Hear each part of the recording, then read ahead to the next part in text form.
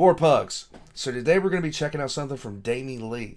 Now, normally when something comes out, I get something in the request line. I might get a DM about it. I seldom get as many DMs, as many requests and comments, as many times as people have asked me, when are you going to check this out?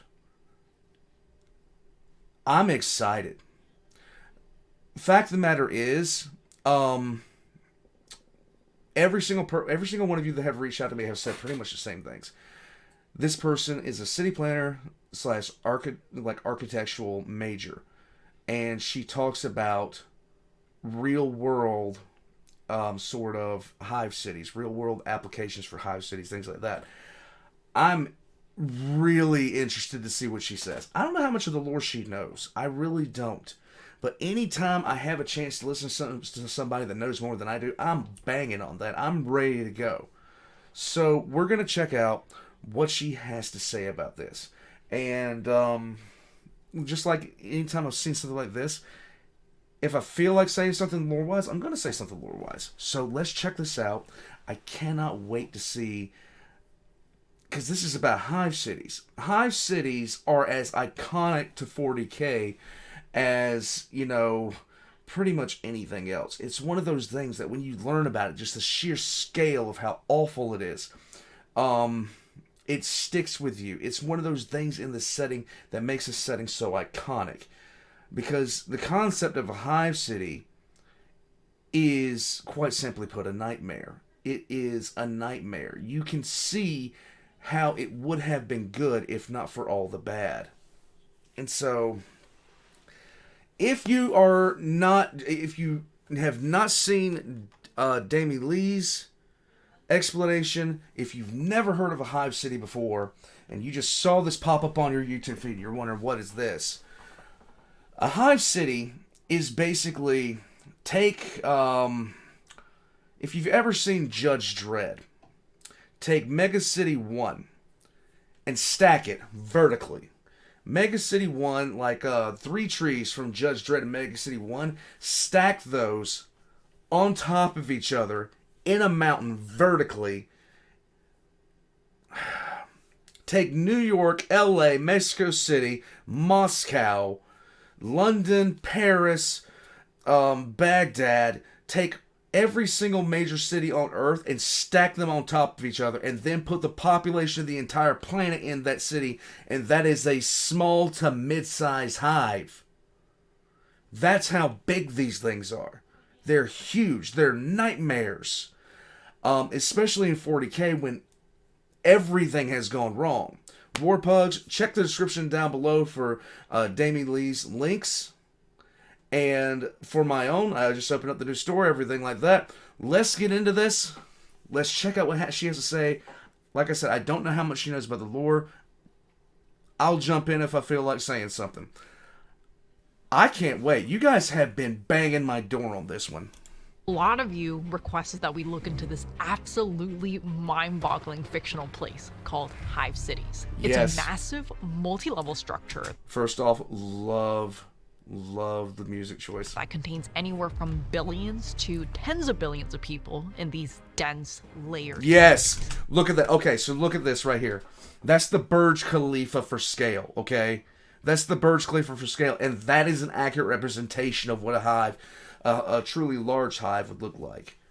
And when she says billions to tens of billions, that's not an exaggeration. One of the most heavily densely populated planets, Ophelia 7, has over 500 billion people in it in its hive cities. At the top, you have the elite. And below, and even further down into this underhive, people are reduced to their most primal forms, Yes. suffocating and fighting for survival. The more I look at it, it reminds me of a living organism, a sick, parasitic, cancerous organism that feed off the planet while the people feed off the city and off each other. Right. The architecture and humanity are intertwined in this disturbing, endless cycle of growth. It's almost a caricature of a dystopian city, but it makes you wonder, is this architectural construct completely fictional? No. Or does it show a glimpse of what humanity is capable of when it's forced to think about nothing but survival? A portion of this video is sponsored by Opera. Okay, yeah. I'm loving where she's going to go with this. Okay, yeah. This is... Okay, so the reason the hive cities exist is three things, okay? Technology from the Dark Age of technology from the Dark Age technology. I almost second-guessed myself. Reaching on to the Age of Strife and beyond, which was a very bad time. In fact, a lot of the hives that exist currently in the 40K universe have existed from beyond the Dark Age technology. The second reason is just sheer necessity. And the third is that they're easy to defend. Hive Cities is from the universe of Warhammer 40K, and they're set on these planets 40,000 years into the future. And it paints a picture of a society that's pushed to the extremes. First of all, there's this constant war between factions that just never ends. It's also sprawling with factories that's spewing out toxins, and it's extremely dense, and there's just not enough resources. But the population just keeps growing, and as it grows, they have no choice but to keep building taller because they're constrained by the wastelands around the perimeters. A lot of the resources we looked at compare Hive City to this idea of an arcology, which is a blend of architecture and ecology.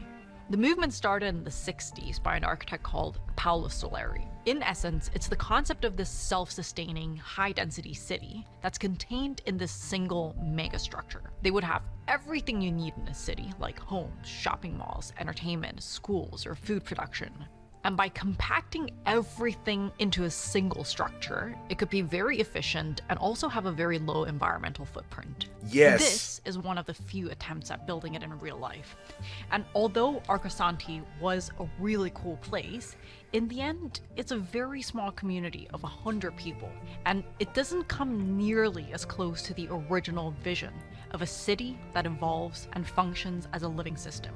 You might have seen this building. It's the New Orleans Arcology Habitat, aka NOAA, and it's kind of the poster child for this movement. In addition to being an arcology, it's a response to the rising sea level, so it's a floating arcology designed to host 40,000 people. This is the Shimizu Mega City Pyramid, and here we have Crystal Island by the architect Norman Foster, who also designed this building. Oh! But most of these projects never became a reality because it's too complicated and expensive. So, in concept, a hive city should be fully self-sustained. It should be fully self-sustained. The problem is that pretty much every hive city is going to be massively industrialized to the point where a hive will quite literally wipe out any ecological foundation that is sitting on, and then slowly the poison of the hive spreads. The Imperium of Man in the 40K universe is not exactly green in its approach to environmental concerns. In fact, they will devastate most planets that they go to just by the need to feed the endless war machine. If you're unfamiliar with 40K, the sheer fact of the matter is, it's probably one of the worst timelines you could ever find yourself in. And 40K fans, for the most part, will adamantly refuse to ever say they would ever want to be there, not even as like the poster boy characters for 40K. I wouldn't want to be there for nothing. You would have to drag me kicking and screaming, leaving fingernails in the ground to get me in 40K for any reason under the sun. It's that bad.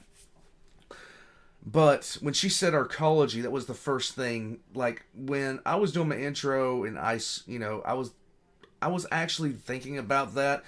Of hive cities in and of themselves were meant to be fully self-sustained, but they have degraded, as everything has in 40K. But when you look at the grand vision of arcology, Hive City does have some parallels. It's high density, it's self-sustaining, all inside this single megastructure. But it's the dystopian version. And the ironic part is, in Hive City, it's the structure that actually leads to a lot of the problems. Yes. For example, all the rich people, they live at the top, and the rest, they live at the base. And these poor humans, they live, or they survive, in this underhive. Apparently, they're also forced to consume water and food that trickles down from the top. Yes. It's been recycled like 1,000 times. Yes. It does make recycling sound kind of sinister, doesn't it? So, Okay, so you have the Hive Spires, which is, like she said, that's the nobility. Those are the well-off merchants, stuff like that. You have the upper spires, which is where your managerial class is going to be. So in the upper Hive Spires, you're going to have 0.0001% of the population. That's who exists up there, okay? Very, very, very different. When you get to the upper spires, that is maybe 1% or 0.5% of the population. But when you start getting to the actual hive itself, what is called the hive, that's where you really get into the meat and potatoes of society. Most people are going to live down there. And most hive cities are operating under a system of governance that is... What's the best way to really point this out? The best way to say it is the government exists way outside of where they're at. There's no local representatives of the hive, unless you're counting the gangers. And then you have the underhive, which is what she's about to talk about right now. The underhive is quite literally the base foundation. This could contain hive spires that have literally been driven into the ground by the weight of the structure itself. But down there, nothing works. There's nothing down there but roving bands of gangers, mutants, heretics, abhumans. You're drinking, like she said, like if you're lucky enough to drink water down in the underhive that isn't polluted, you found the golden gem, the shining sun of Ra in 40K. If you can find clean water in the underhive, you can barely find clean water in the main section of the hive, much less the underhive. You don't want to even get into beneath that. Like, that's just unlivable. Hive cities, the structure itself is what leads to this massive divide between the classes. Yep. And it turns things that should be a basic human right, like light and fresh air, into luxuries. But I think it actually addresses an inherent issue with some of these new vertical megacity projects. For example, in the Lime project that's currently under construction in Saudi Arabia, we see a similar situation. It's an entire city contained in a single megastructure that's supposed to be 500 meters tall. But that means the people at the lower levels could have little to no access to daylight, naturally creating the social divide. Also, hive cities lead to a complete ecological collapse from the massive toxic output from the factories. So it's kind of the opposite of our ecologies in that regard. But I think the biggest difference is the growth, which arcology doesn't really address. It kind of assumes that the population size is going to stay the same, contained in this single structure for hundreds of thousands of years. Or maybe it's designed more for the short term, like 50 years. But in that case, is it really sustainable? There's a concept in architecture that's a direct response to rapid and unregulated growth: metabolism. It started in Japan in the 1950s when Tokyo was dealing with a huge influx of people migrating to the city after the war. To try to solve this problem, a group of Japanese architects proposed a pretty radical solution. It looks at the city as a living, evolving, organic system that could expand and react to changes. They reference biological organisms like trees, and a lot of the designs were systems with a permanent core structure and modular adaptable units that could grow and even retract like branches and leaves. These proposals were pretty wild. This one had these mega spines that spanned across Tokyo Bay, with residential modules that could be added or sunk depending on the size of the population.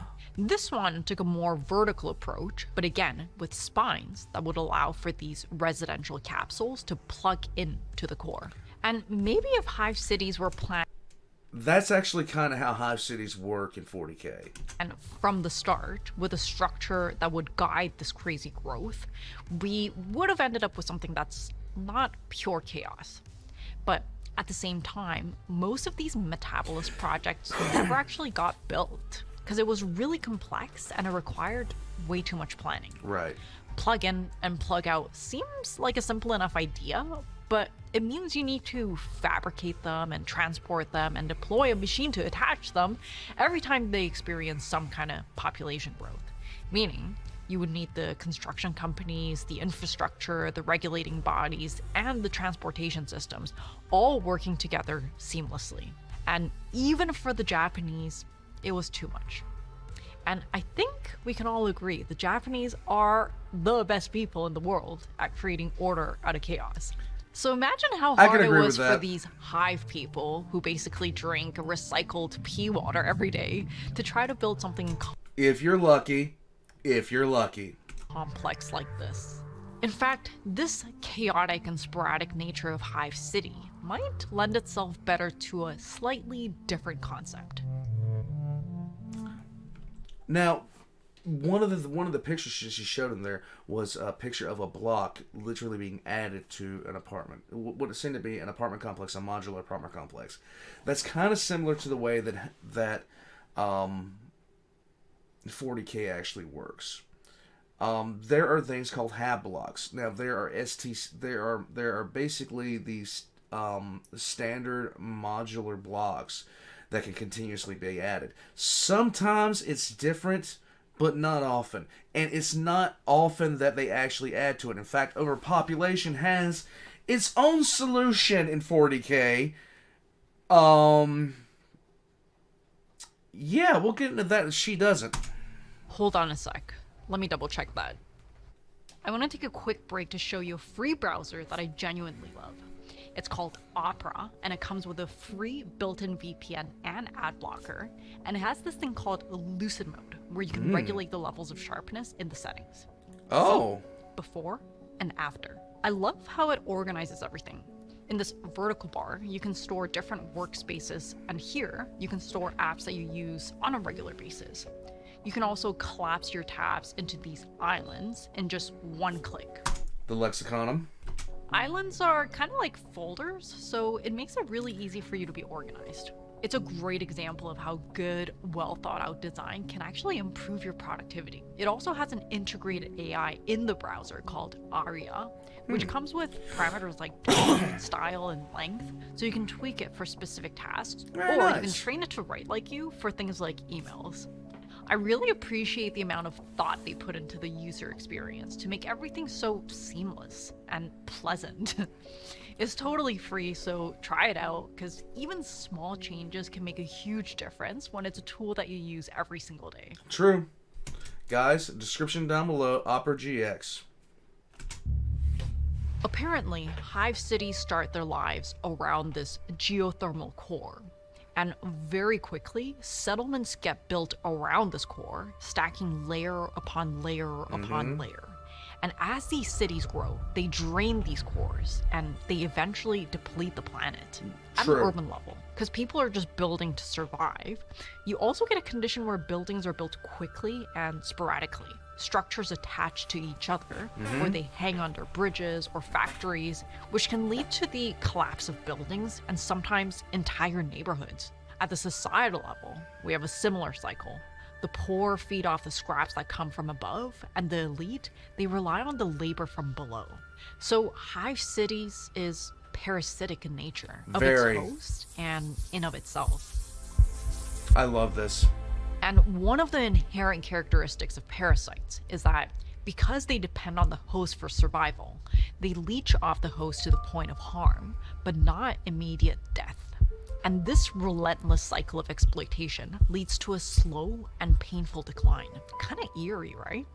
But the parasitic architecture movement Yes, that's a real thing, and it forced our researcher to look at a lot of really gross images on That's the internet. disgusting. It doesn't necessitate the harming of the host. In fact, it has very humanitarian roots. This is one of the first built instances from the movement, which became popular in the 60s and 70s. It's a nursery that hung off the facade of an apartment block because the family couldn't afford a bigger apartment. Huh. You know, when you look at a problem in a city, let's say the housing crisis, and you're like, oh, just build it with this. Why do we have to go through approvals and through these people and just waste so much time? This was an architectural manifestation of that frustration. Because these structures could be erected quickly, and they typically resisted zoning regulations and bylaws, it was kind of an architectural middle finger to the establishment. There were definitely stylistic elements to the movement, where architects just tried to design structures that were in complete contrast to the host building. What is that? But a lot of the projects were also just a hands-on attempt to solve real social problems, like inflatable structures that's made possible by attaching to a building's mechanical exhaust, or using a billboard to act as a partial enclosure for temporary shelters. But can you imagine what cities would have looked like if this trend kind of took off? Actually, I think it'd be kind of cool. Well, in hive cities, these parasitic structures overtake the host. Yes! There's actually parts of the Warhammer lore that's a reference to this blackout period where this shift could have happened. And with this uncontrolled survival building, the host structure will eventually fail. Apparently, hive quakes are common instances where complete neighborhoods are just smashed under the sheer weight of these parasitic modules, killing hundreds of thousands of people at once. So hive cities embody a paradox. The more they grow, the more they implode under their own weight. In biology, there's this phenomenon called autophagy. It's a process where cells break down and consume its own tissue, often in response to stress, starvation, or disease. But this self-feeding mechanism is a survival tactic, and it's essential for it to clear out the damaged parts and continue sustaining itself. A lot of the problems in the Underhive come from those quakes that she was talking about. A lot of the resources you're able to gather, well, not resources, water and other essentials that you gather are going to be from those hive quakes and collapses. Because what happens is, like I said earlier, she says pea water. If you're sitting in the main part of the hive, you're lucky if the only thing the water has been recycled out of is pee. You're going to have blood, most definitely. Corpse starch is a thing, and yes, it is exactly what it sounds like. Corpse starch. Put it together. Soylent Green is people, y'all. On top of that, you have... When the quakes happen, you're not just talking about regular water. You're talking about any chemical runoff. You're talking about any radiological runoff. You're talking about any mixture of chemicals. So the reason why, when I was talking about the Underhive is infested with abhumans, mutants, stuff like that. Quite literally, if you're ever in the other Underhive, or Hive period for that matter, don't drink the water. You're not going to like what happens to you. In some hives, you're talking so that many people in the same place, it's a nightmare to think about.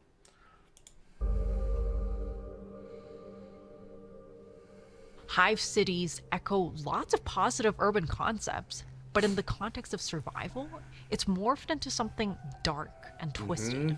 It reminds me of this economic theory called the tragedy of the commons. Imagine a small, lush pasture with 3 happy sheep.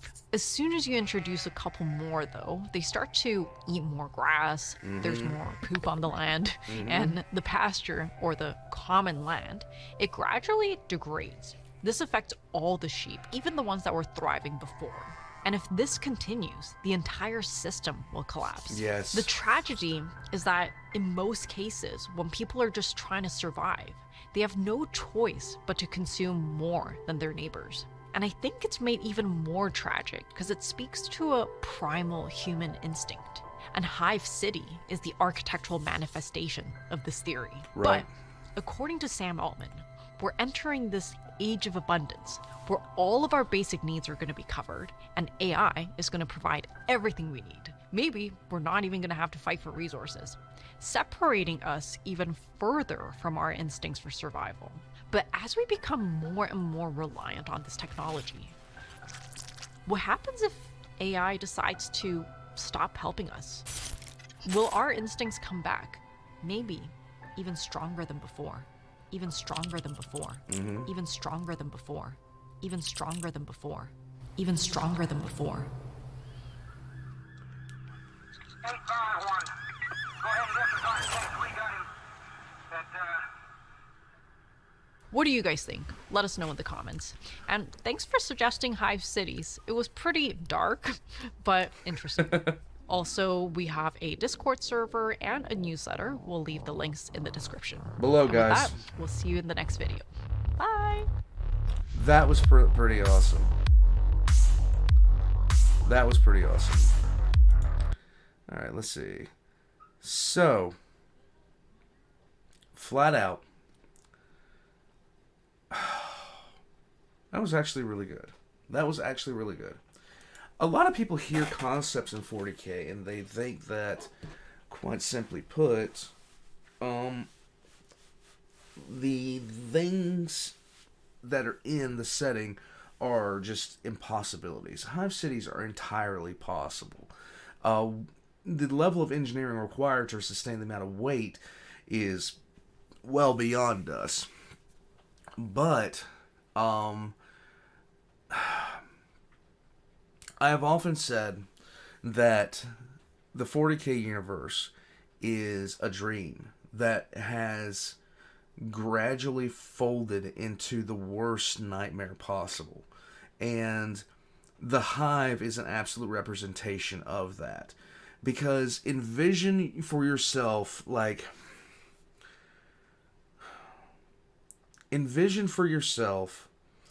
a gleaming city of, you take one look at this and there's lush fields around it, trees, everything like that. The metal of the city, the architecture of the city is bright and gleaming, and then gradually start to decay the land. Cloud the sky with pollution. Let the rust build over. Let the rust build up on the spires until you get to the top, and the top is the only thing that's still gleaming. Then gradually start to add more and more smog. Clouds cover the air. The hive, the city itself just gets taller and taller and taller until the top of it is sticking out of the cloud surface. That is the concept of a hive. That is the concept of Hive. It is a dream turned absolute nightmare. And as far as the population concerns that DamiLee was talking about, DamiLee, sorry, that she was talking about, the sheer fact of the matter is, a hive is going to have its own way of handling its own overpopulation. And most times, it's a rare instance where you're going to have a hive governor who is going to sit there and try to really, really improve things. Because while, hive life is rough, and the life of a noble seems sort of easy, that's only after they eliminate their competition, which their competition would happen to be their whole family. Internal politics in the hives, as far as the leadership positions go, are vastly cutthroat, and the best person for the job generally doesn't wind up there. They generally don't wind up there. One of my favorite, I've made a lot of lore videos, and one of my favorites that I have done is on the Imperium itself, why the Imperium is the way that it is. And it's simply put, because nobody can stop and fix the problems. They can't stop to fix the problems. Nothing's going to allow that to happen. So it is a continuous cycle where the machine has to keep running. And it doesn't matter. It doesn't matter what happens to anybody involved. The machine has to keep running. And if the machine stops for any reason, at that point, there's going to be just absolute misery to pay. But, like I said, the machine can't stop, no matter what happens under any circumstance. So, human rights go out the window. Basic needs go out the window. There are some Hive cities that are actually okay to live in. There are some Hive cities that are actually halfway decent, but most Hive cities are going to be crowded, desperate areas to live. And some of them, it's funny that I'm checking this out right now because I'm just now finishing up and getting ready to record the 5-ish for the Mordian Iron Guard. And the Mordian Iron Guard is my favorite guard regiment. And they come from the world of Mordia, which Mordian quite literally is the most depressing place to live. Period.